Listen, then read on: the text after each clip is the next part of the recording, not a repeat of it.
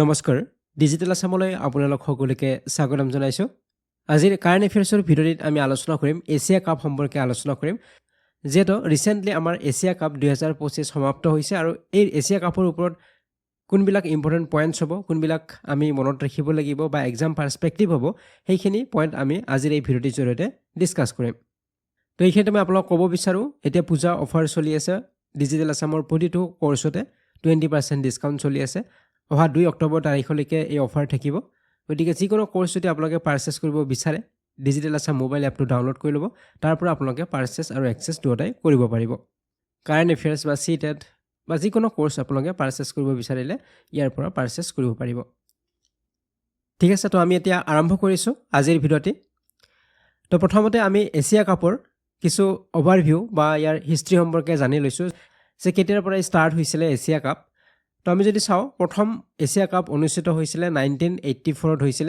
UAE শাৰজাত হৈছিল প্ৰথমখন Asia cup অনুষ্ঠিত হৈছিল 1984 ৰ ইউএই শাৰজাত অনুষ্ঠিত হৈছিল তো ইয়াৰ অৰ্গানাইজাৰ কোনে অৰ্গানাইজ কৰে আয়োজক কোন হয় এই খেলখনৰ এই চেম্পিয়নশিপৰ তো উত্তৰ কি হ'ব এসিসি হ'ব এছিয়ান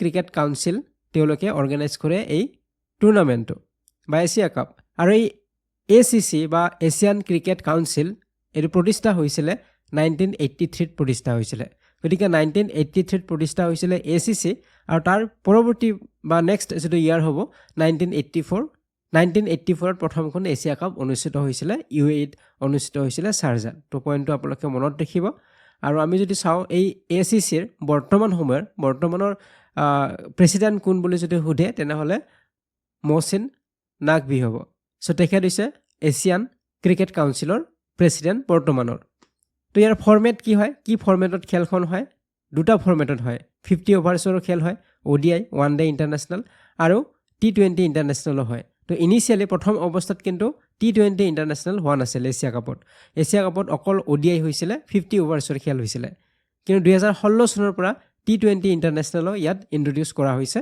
গতিকে অল্টাৰনেটিভলি 20 ওভাৰছৰ খেলো হয় আৰু 50 ওভাৰছৰ খেল হয় আৰু এইবাৰ আমাৰ 20 ওভাৰছৰ খেল হৈছিল টি20 খেল অনুষ্ঠিত হৈছিল ঠিক আছে তো এইবিলাক পইণ্টছ ইম্পৰ্টেন্ট হ'ব ইয়াৰ অৰ্গানাইজাৰ কোন হয় এসিসি এছিয়ান ক্ৰিকেট কাউন্সিল ঠিক আছে তো এতিয়া আমি নেক্সট স্লাইডলৈকে আহিলো ইয়াত আমি যদি চাও যে ইণ্ডিয়াই ভাৰতে কিমানবাৰ এই এছিয়া কাপ বিজয় লাভ কৰিছে বা এছিয়া কাপ জয়লাভ কৰিছে কিমানবাৰ তো আমি যদি চাও 9 টাইমছ এইবাৰটো লৈ বা 2025 চনটো লৈ 9 বাৰ এছিয়া কাপ জয়লাভ কৰিবলৈ সক্ষম হৈছে ভাৰতবৰ্ষই 1984 ত যি প্ৰথমখন হৈছিল তেতিয়াও ভাৰতেই পাইছিল প্ৰথম এছিয়া কাপ ভাৰতবৰ্ষই পাইছিল 1988 ত পালে 1991 ৰ যিখন হৈছিল সেইখনতো ভাৰতে পাইছে 1995 ত পাইছে 2010 ত পাইছে 2016 ত পাইছে 2018 ত পাইছে 2023 ত পাইছে আৰু 2025 ত পাইছে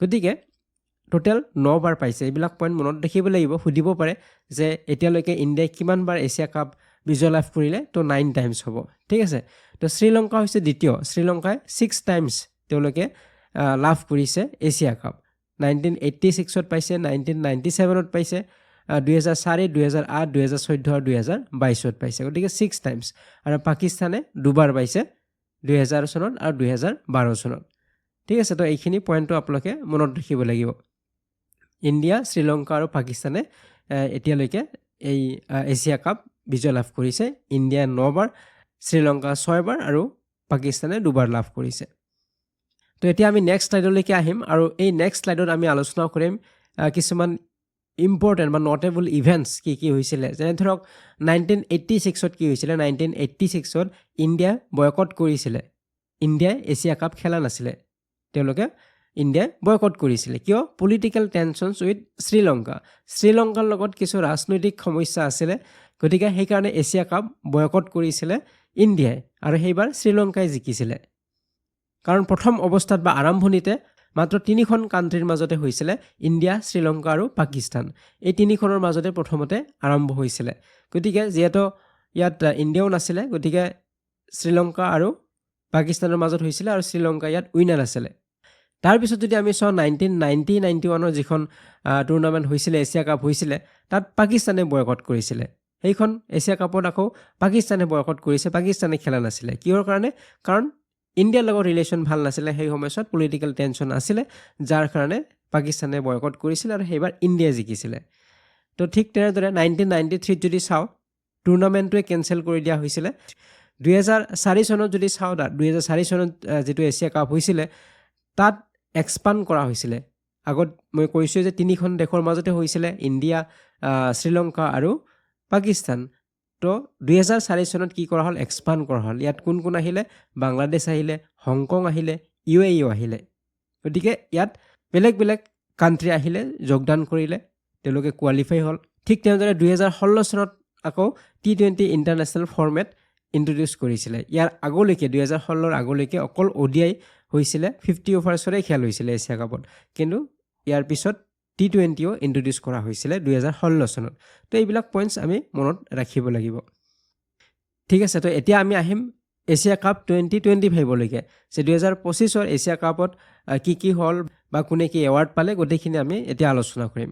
গতিকে এছিয়া কাপ 2025 আৰম্ভ হৈছিলে 9 ছেপ্টেম্বৰৰ পৰা 28 ছেপ্টেম্বৰলৈকে। 9 ছেপ্টেম্বৰত আৰম্ভ হৈছিলে আৰু ফাইনেল খেলখন আছিলে 28 ছেপ্টেম্বৰ তাৰিখত।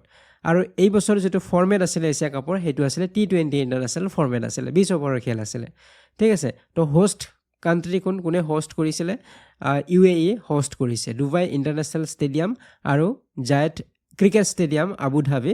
তো ইয়াত খেলসমূহ অনুষ্ঠিত হৈছিলে দুখন ষ্টেডিয়ামত, ডুবাই ইণ্টাৰনেশ্যনেল ষ্টেডিয়ামত আৰু জায়েট ক্ৰিকেট ষ্টেডিয়াম আবুধাবি। তো ইয়াত খেলবিলাক অনুষ্ঠিত হৈছিলে। তো UAE হোষ্ট কৰিছিলে। তো টোটেল নাম্বাৰ অফ টিমছ যদি চাওঁ, এইবাৰ 2025ত কিমানটা টিমে খেলিছে? 8টা টিমে খেলিছে। আফগানিস্তান, বাংলাদেশ, ইণ্ডিয়া, পাকিস্তান, শ্ৰীলংকা, তাৰ লগত আন 3খন কাণ্ট্ৰি আছে বা 3টা টিম আছিলে, UAE, ওমান আৰু হংকং। গতিকে টোটেল এইবাৰ 8খন দেশ বা 8টা টিমে খেলিছিলে। তো এইবিলাক মনত ৰাখিব লাগিব।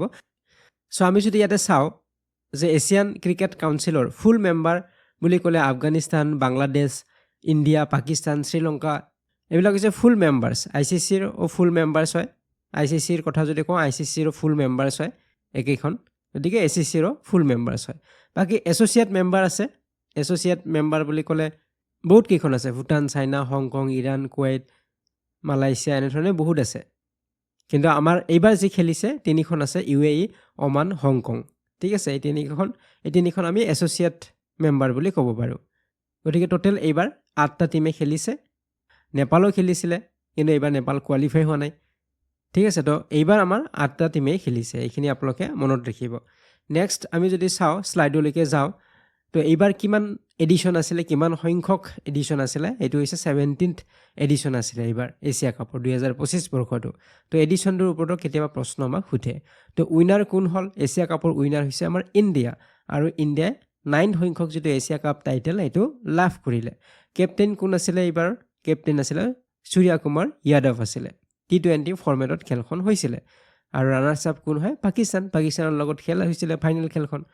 গতিকে এইখিনি ইম্পৰ্টেণ্ট পইণ্টছ হয়। চেম্পিয়ন প্ৰাইজ, যে চেম্পিয়ন যি হ'ল বা ইণ্ডিয়া কিমান ইয়াত প্ৰাইজ মানি পাব, সেইটো হৈছে 2.6 crore হয়, $3 লাখ হয়, 2.6 কোটি টকা হ'ব।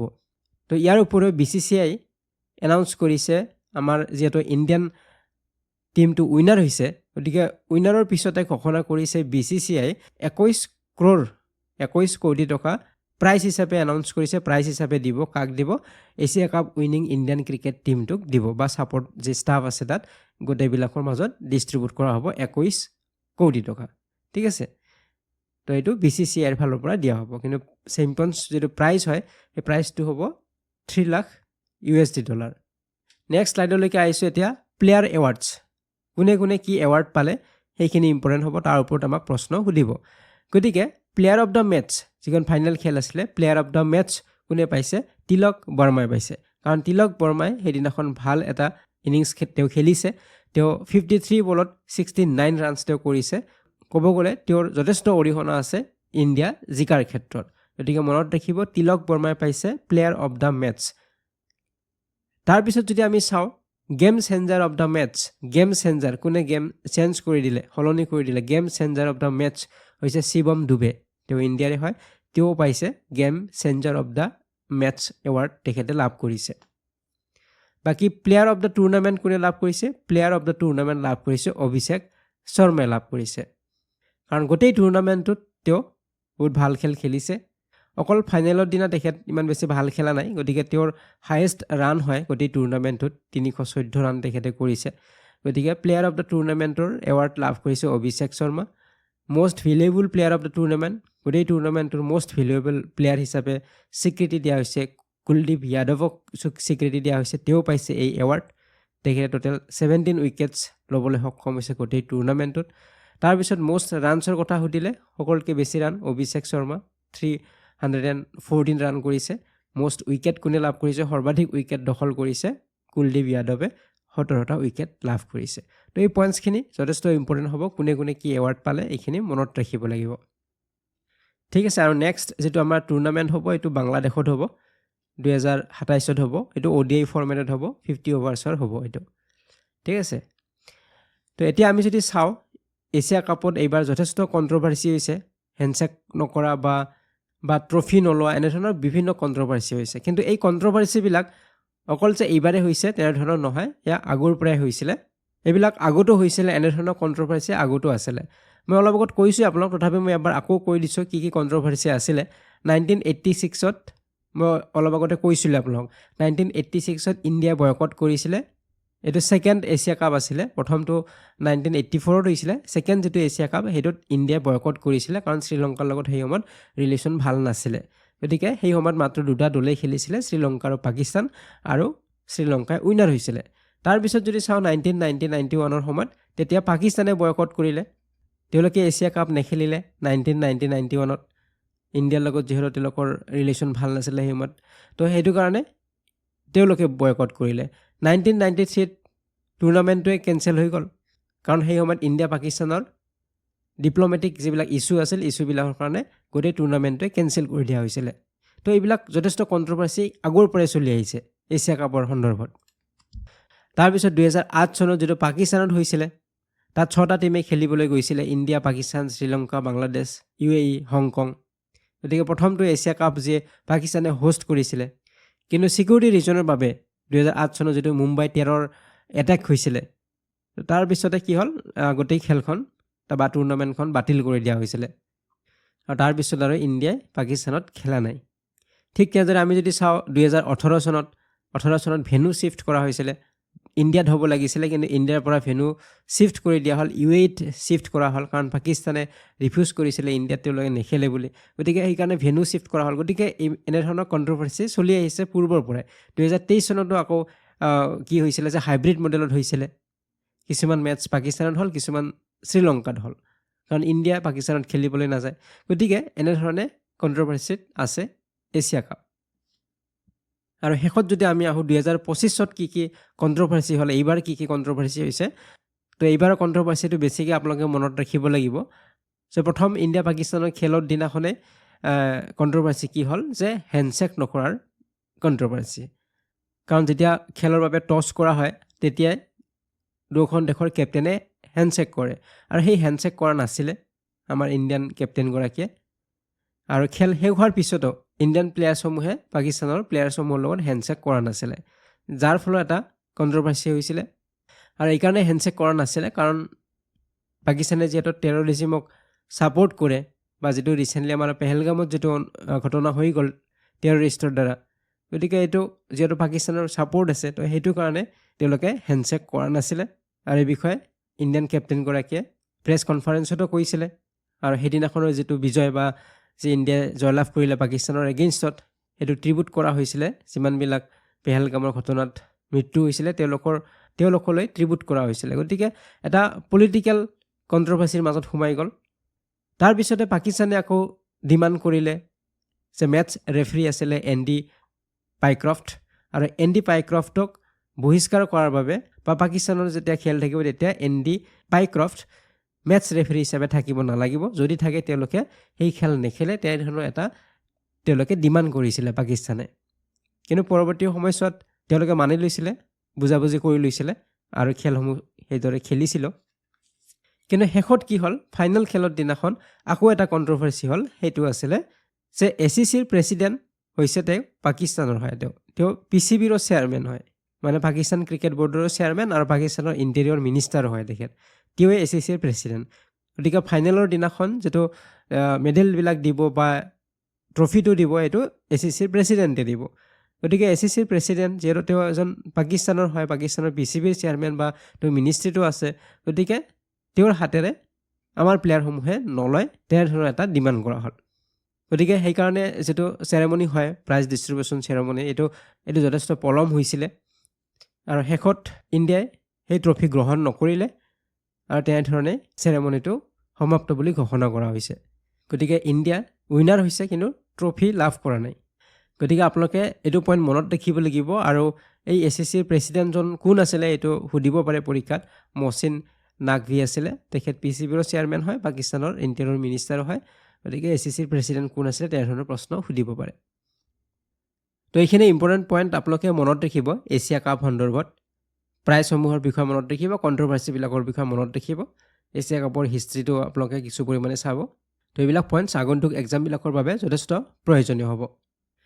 ঠিক আছে, তো এই ভিডিঅ'টিৰ পৰা এতিয়া বিদায় ল'ব বিচাৰিছোঁ। পৰৱৰ্তী ভিডিঅ'ত আপোনালোকক পুনৰবাৰ লগ পোৱাৰ আশাৰে আজিৰ ভিডিঅ'টিৰ পৰা বিদায় লৈছোঁ। ধন্যবাদ।